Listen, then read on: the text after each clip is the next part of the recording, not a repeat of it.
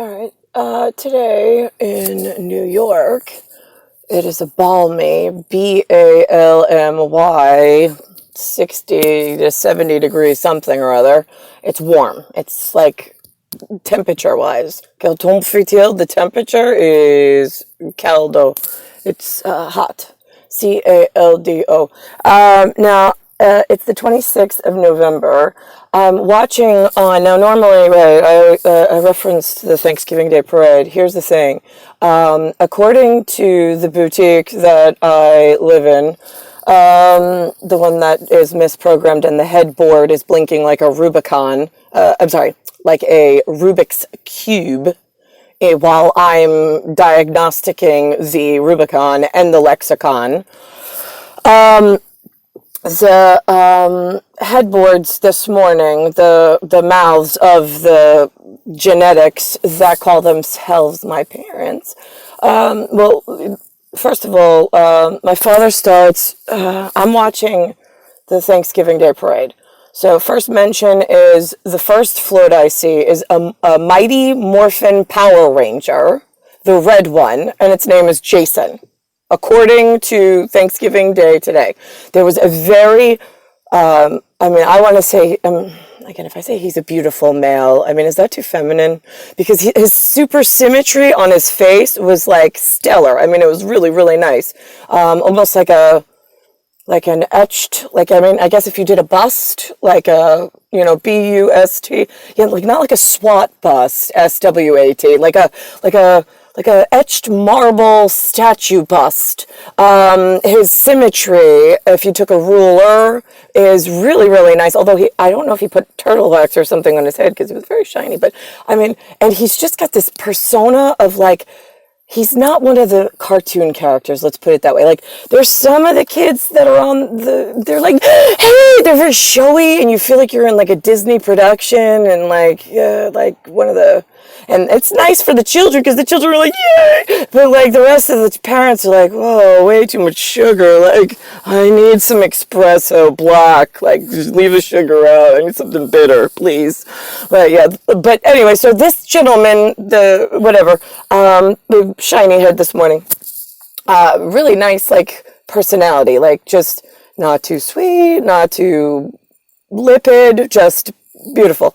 I'm not mentioning on the female side. So then we've got, it's a little too Danielle for my liking. Then we have the floats, right? So then there's NHL. Oh, you are high school, aim high. Oh my God, you had me laughing. Nobody in sophomore class is going to get it, but thanks for that. Like, where is the love? Right, Black Eyed Peas. Nothing to do with skin color, no. It has to do with not shaving, but it's a Mother's Day float, so whatever. Right, okay, so anyway, moving right along, then there's Paw Patrol, right? You got like the three like partial triangles pointing in one direction with one star on Paw Patrol. Holy cow, look at that. And Paw Patrol came out, I think, somewhere between Alexander and the last one.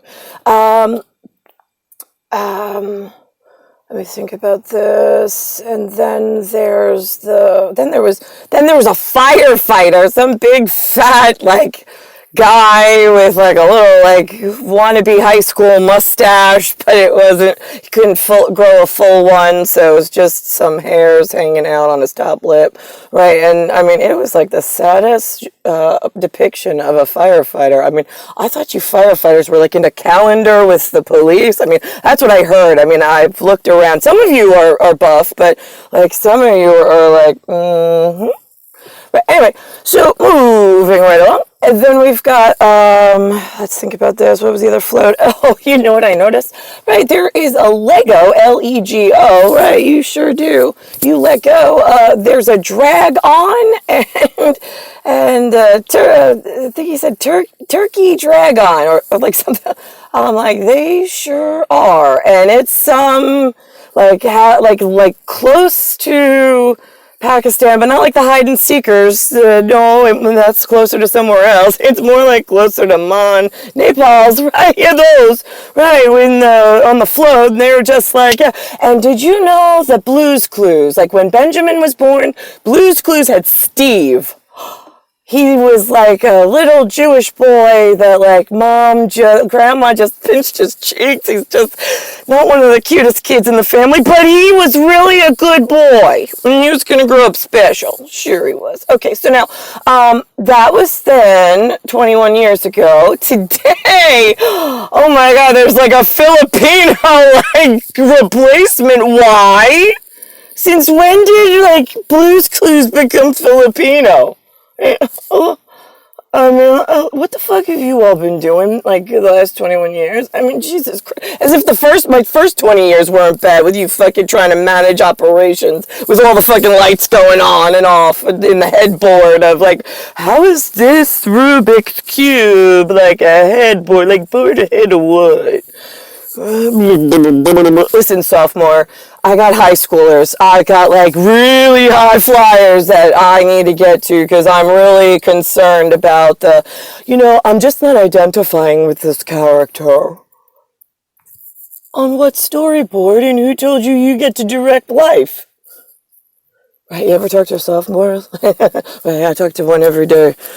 So Lewis is like arguing with Anthony, and like the floats are over, and I'm just sitting there like gathering my thoughts quietly in the living room, and Lewis and Anthony break out in not Marilyn Manson. What's the one where they cut the kid out or right? I'm like, oh, how apropos. I was like, aptly. They came out like it's like today's Thanksgiving. Let's go through this script and then have her recall it so I can call the high school team since the sophomores been fucking up again. Lying to everybody in this drag on, drag out, knock out, lie on the front. Then we got the subs. So, anywho, I've got, so they start fighting about, not Marilyn Manson, it's the other Manson, whatever the fuck the one with the Manson with the Kool-Aid I don't know, that was I think that was Waco, Texas, if nobody gives a shit, right? Okay, so it's like, yay, you got them, oh my God, we're up in numbers, look at that, we kill them all by Kool-Aid, right? Yeah, no, that's like the surface Earth, that's our manifestation of surface Earth, like, you keep drinking the Kool-Aid purposely, like you keep saying that they were fucking idiots for going with the guy in the front. It's a House subcommittee and the high schoolers aim high. Right? That's how we feel about you idiots at surface Earth. You keep buying into technology and drugs and psychiatric centers and jobs in air conditioning with neckties made of synthetic whatever. And you keep forgetting that one day the food truck's not going to show up and you're going to starve to death.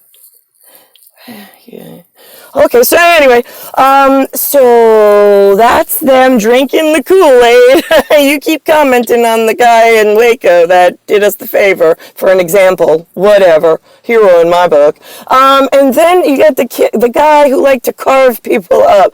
Okay, see now there's like a different, like you got Black Glove Society. I like to kill dangerous stupid for a living. That's one dismemberment, fine.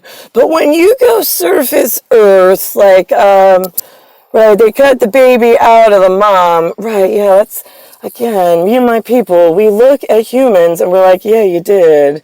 Like our little angel that came down, the one from alien reptilian technology that we really needed, right, you all cut her out of our lives in Savior and fixing the world, and you delivered her to something else completely. And then you sat there and you commented on the guy holding the knife, and we're looking at you every time you open your mouth, and we're like, yeah, sophomore? Yeah? Because to us, that's you. And it is in actuality, because you're a manifestation of exactly that. You just don't see it that way. But we see very clearly in one reality. Okay, so now we got that straight. So he killed a whole bunch of people. So Lewis and Anthony were going on some Mickey Mouse director's script that the sophomores put together of like their judgments and opinions of like how they're trying to cover their tracks because they did it, and then they were like, oh wait, that was for the Filipinos, maybe we're white and German, maybe we should not, right, okay, and now like the headboard on the Rubix is like blinking like, wait a minute, hold on, I gotta walk this one through. You are not even allowed to step on a banana peel, like not even, like no thanks. Why don't you just like sit down, relax, have a glass of wine today, and like let the aim hires, like flyers, just take care of it.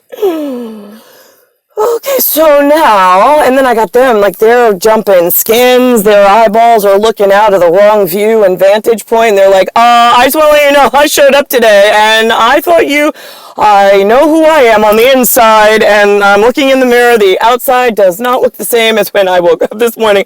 I just need you as a witness, but I don't need you to look at me, because this is really awkward and dangerous. I just need a witness in audio chamber for the schedule that I appeared on, that I have no idea who's running that show and what color Rubik's cube he wakes up on, and if it's the right blinking one to the paper schedule that I get. Right, yeah, I didn't know why you wanted to keep holding out on me, but whatever.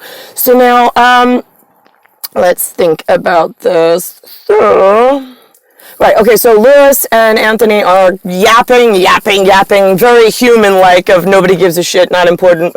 And finally I get up and I go, I was like, I don't know why God gives you words or breath or inspiration. I was like, this is the dumbest conversation I've ever heard in my life and so useless. Essential human function. And I walk out. I mean, like, it is so fucking painful living amongst the boutique idiots. Then Anthony's like, okay, I need the keys. I'm like, no, I'm going to get coffee. And he's like, I'm like, why? Where do you need to go? He's like, I gotta go to the store. I'm like, for what? He's like, your mom needs evaporated milk and eggs. I'm like, okay. And I was like, how, and what's my time frame? What does she need them back by? So I'll be back in time. He goes, within an hour. I go, great, thanks. He walks down the hall. My mom interrupts his function, because like he's like the lowest of the bots in the house. He's the easiest to break into, apparently. And my mother's like, she's like, Anthony, she's like, tell her that I need that within an hour. And Anthony spins on his heels, comes back, and he's like, Nicole. What, Anthony? She needs it within an hour. Are you going to be back in an hour? Are you going to be back in an hour? Or an hour? I mean, it is like, geez. I'm like, Anthony, you already said an hour. I already agreed to an hour. I already knew about an hour. I was like, go.